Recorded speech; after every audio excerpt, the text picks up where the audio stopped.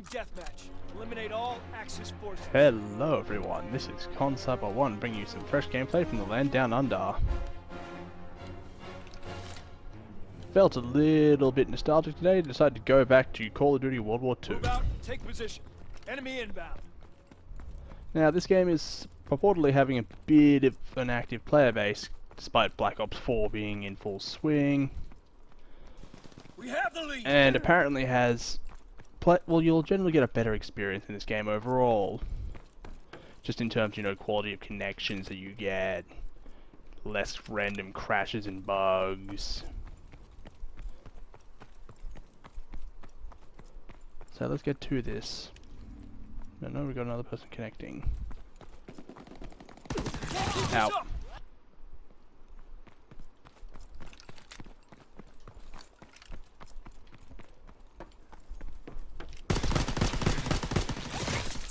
Now, there was a point of interesting to note that has been brought up by other YouTubers, such as the exclusive age Senior Cinema, and that is, despite claims that Black Ops 3 will be the most supported Call of Duty ever, with plans for a full 3-year life cycle, well, and us apparently getting the best Season Pass deal ever with the Black Ops Pass, not much has actually manifested from that. Like, by this time in World War II's life cycle, as compared to say Black Ops 4, the first DLC pack, Resistance, had been launched. The Resistance event and the Winter Siege event had both gone, and we'd had a bunch of DLC guns that were really, really easy to get.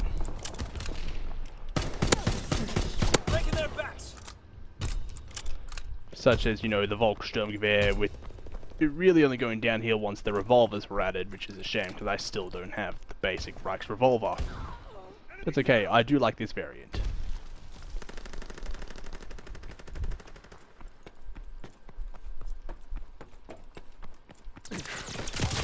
So, despite the claims that we are going to get the best deal ever in Black Ops 4, thus far we got a better deal in World War II. And just even looking at what we are getting in World War II Season Pass, or what we got in World War II Season Pass, and what we are supposed to be getting in the Black Ops Pass, like, there is no way in which you can say the deal is better outside of maybe, just maybe, the fact that in the Black Ops Pass you can just download the zombie maps separately. But at that point, why not just release, say, a zombie pass, which only has the zombies map for a lower price? Which would have had the exact same effect and have no potential detriments on multiplayer, because if you've got the Black Ops Pass in multiplayer, you've barely had any chance to actually enjoy the maps that they have already given us, of which there are only 2.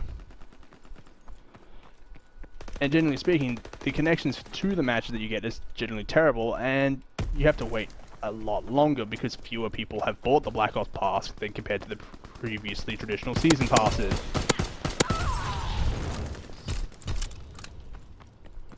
Like, even compared to, say, World War II, like, I've got all the DLCs except for Quarantine installed, and I've gotten into this lobby no problem, and there's no stuttering, no jumping, no nothing.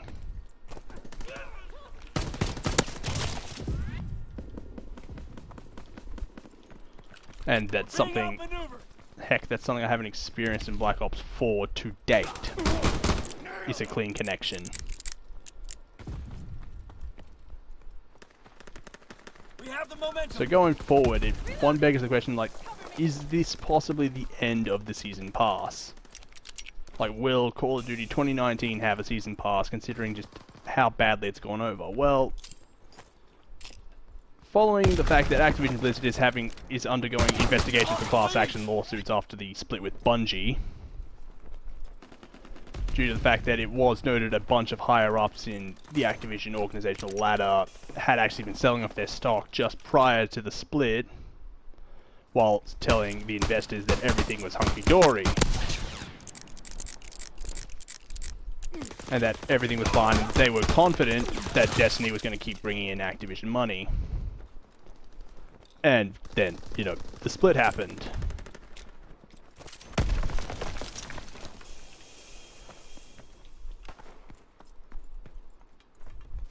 and Activision lost the Destiny IP.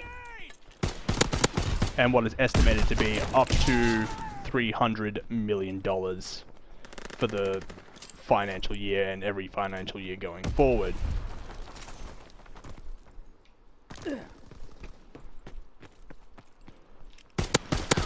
Which doesn't look good, no matter how you slice it. Now what does this mean? This means that some higher-ups in Activision could very well lose not only a good deal of money, but also their jobs, and that could also affect future games. Couple this with the fact that Blizzard doesn't seem to be doing any better or learning it from any of their mistakes of recent months. And I'll get to that in another video. And basically 2019 is looking to be one of the leanest years Activision has had for a while. And with how hard that they pushed the Black Ops Pass and how hard that they pushed monetization in Black Ops 4, this is actually pretty apparent for all to see.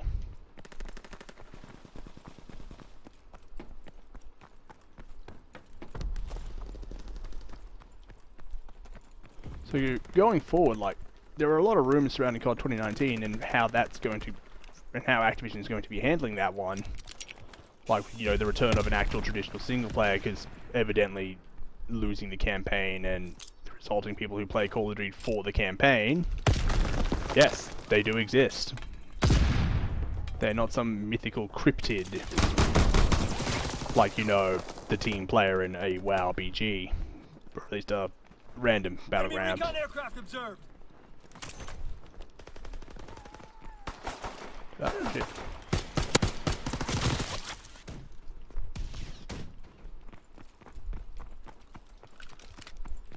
Like that is like estimated to be like as much as a fifth to a third of potential sales right there. Lost simply just due to the fact that the game didn't have a proper story. Well, it has a story. The story is really, really bad and very, very poorly conveyed, because the specialist missions, they're not fun if you're a fan of campaign. Like, they're basically bot matches, and again, if you want a bot match, why not just do a proper bot match? And the story is, well, just bad. Makes no sense, and basically just exists to say, yeah, Blackout is canon to the Black Ops storyline.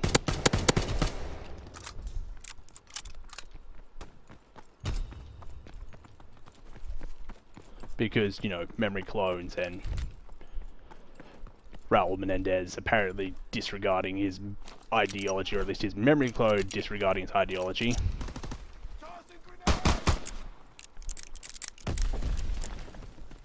Which defeats the whole point of the memory clone.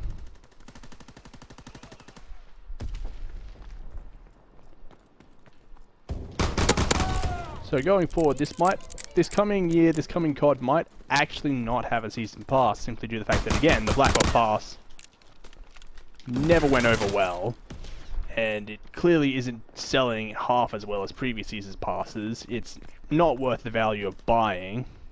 Again, unless you're a big fan and just play zombies, which is just the case of every season pass going forward. And despite claims that Black Ops 3 would have the most generous post-launch support, that hasn't really materialized at all. I mean, yeah, you can technically get the guns free, but what happens when Operation Absolute Zero and Operation Barbarians, which brought the Cap 45 automatic pistol, which is basically just the Cap 40 with that 5 added to its name? What happens when those end? What happens to those guns then? Do they get thrown into the reserves, or will you be able to get them naturally and organically later?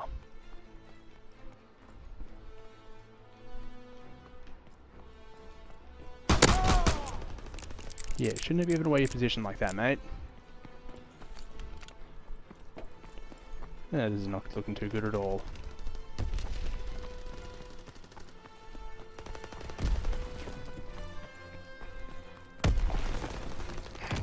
Well, damn.